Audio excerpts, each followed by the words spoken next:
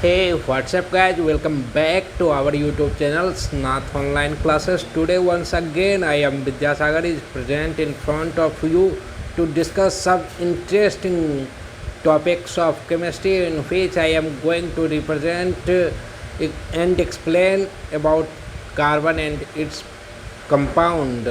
In this segment, first of all, I am trying to explain about the characteristic properties of covalent compound.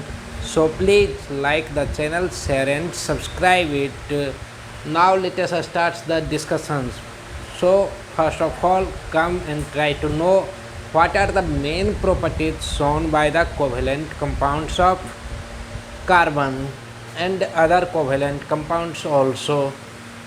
Accumulatively, we can say that covalent compounds show these following properties. What are these? Comes and know one by one. First of all, we can say that covalent compound do not have ion. It cannot form ion. So they do not have ion. I have written here. It is consist of molecules, for example, hydrogen molecules, oxygen molecules, and nitrogen molecules. These are the examples of covalent compounds.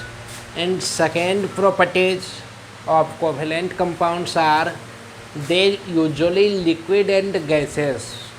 They exist usually in liquid states or gaseous states. They never they cannot exist in solid state, but exceptionally some covalent compounds exist in solid states also, as for example methyl alcohol. These are liquids. Diethyl ether liquid, nitrogen gas, hydrogen gas, and oxygen gas. These two compounds are examples of liquid. So these two compounds exist in liquid states, and these three compounds exist in gaseous states. So we can say that the covalent compounds can exist in liquid or gaseous state mainly, but exceptionally there are three compounds, and some more compounds are included in this series, but they will explain later. Here you should know about that three compounds. Those are solid in nature and form the covalent bond. They are urea, sugar, and iodine. These three compounds are solid in nature. They have low melting and boiling points. The melting and boiling points of covalent compound is comparatively low in comparison of ionic compounds, because it cannot lose its free electrons.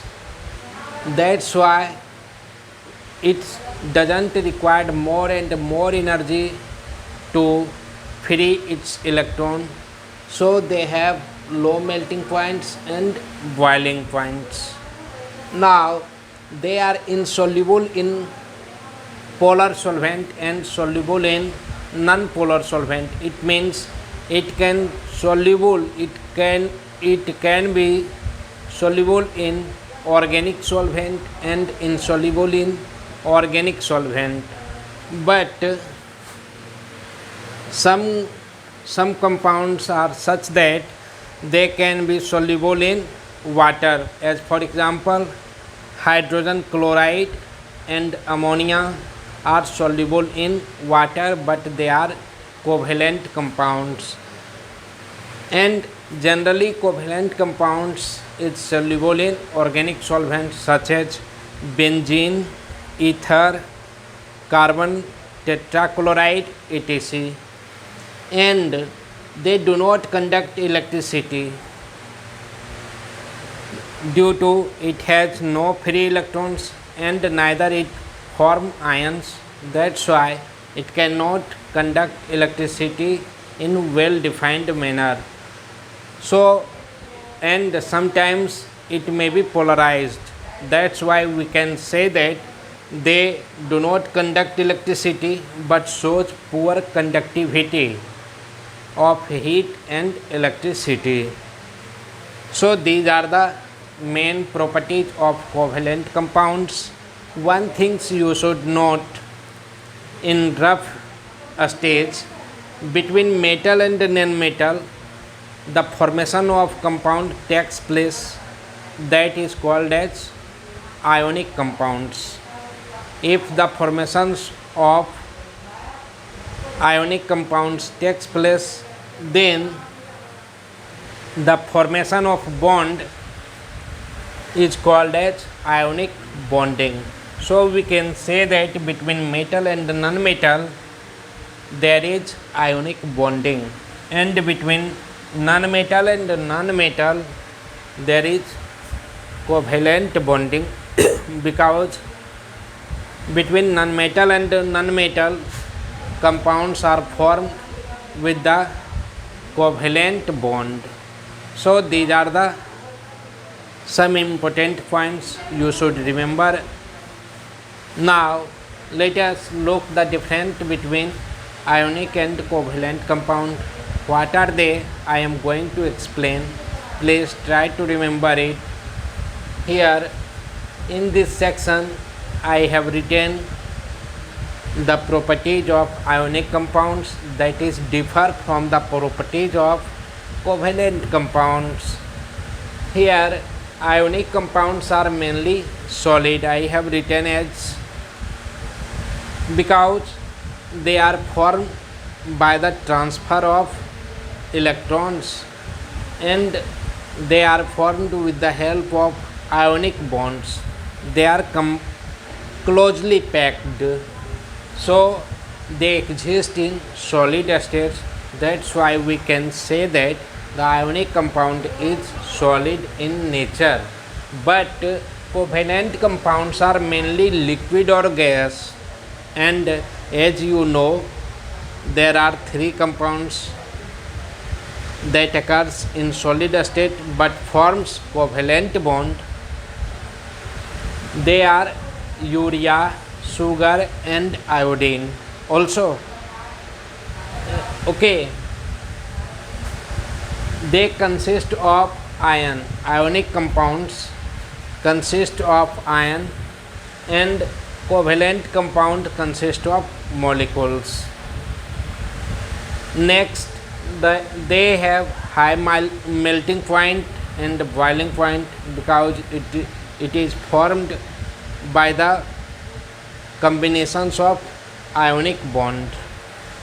With the ionic bond, they are combined with the ionic bond. That's why they have high melting and boiling point, because if we want to separate these types of compounds from its bonding, then we required large amount of energy. That's why it has high melting points and boiling points. But covalent compounds, they have covalent bonds. That's why they show low melting and boiling point. They are soluble in water. It can ionized in water. That's why it may be soluble. It can be soluble in water, but covalent compounds may be soluble in water, little bit soluble if there is soluble. They are insoluble in water mainly. Covalent compounds are mainly insoluble in water, but they are soluble in organic solvent such as benzene, ether, etc. They undergo very fast ionic reactions. If reaction takes place between ionic compounds, then the rate of reaction is very fast. And if there is reaction between covalent compounds, their rate of reaction is very slow. The main structure of ionic compounds are shown in this way. Here, the molecules of ionic compounds, ions of ionic compounds are closely packed to form a substance.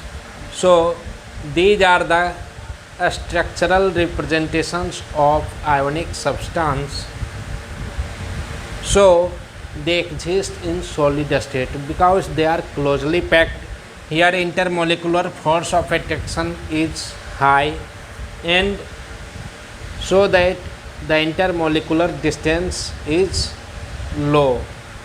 Here, the force of attraction between the molecules, that is intermolecular force, is moderate, so that either moderate or low, so that the intermolecular distance is far from each other. That's why the structural representations of covalent compound can be shown in this manner.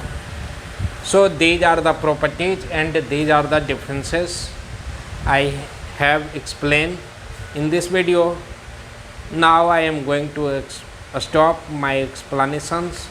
In the next video I shall meet again with some new interesting explanations of